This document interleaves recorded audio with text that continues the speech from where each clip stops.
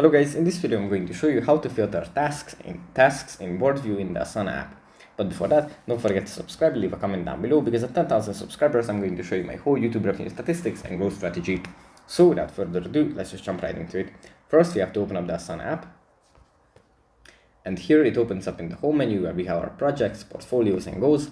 From here we just have to go into a project. And then if it opens up in board view, it's okay. But if not, we can just switch it in the top left corner. Then we go into the top right corner, tap on the adjustment button. And then at the bottom we find filter by.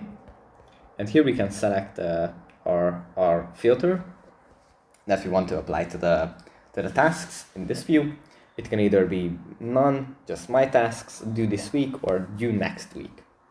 And after we have selected one, it's going to sort the tasks by that criteria.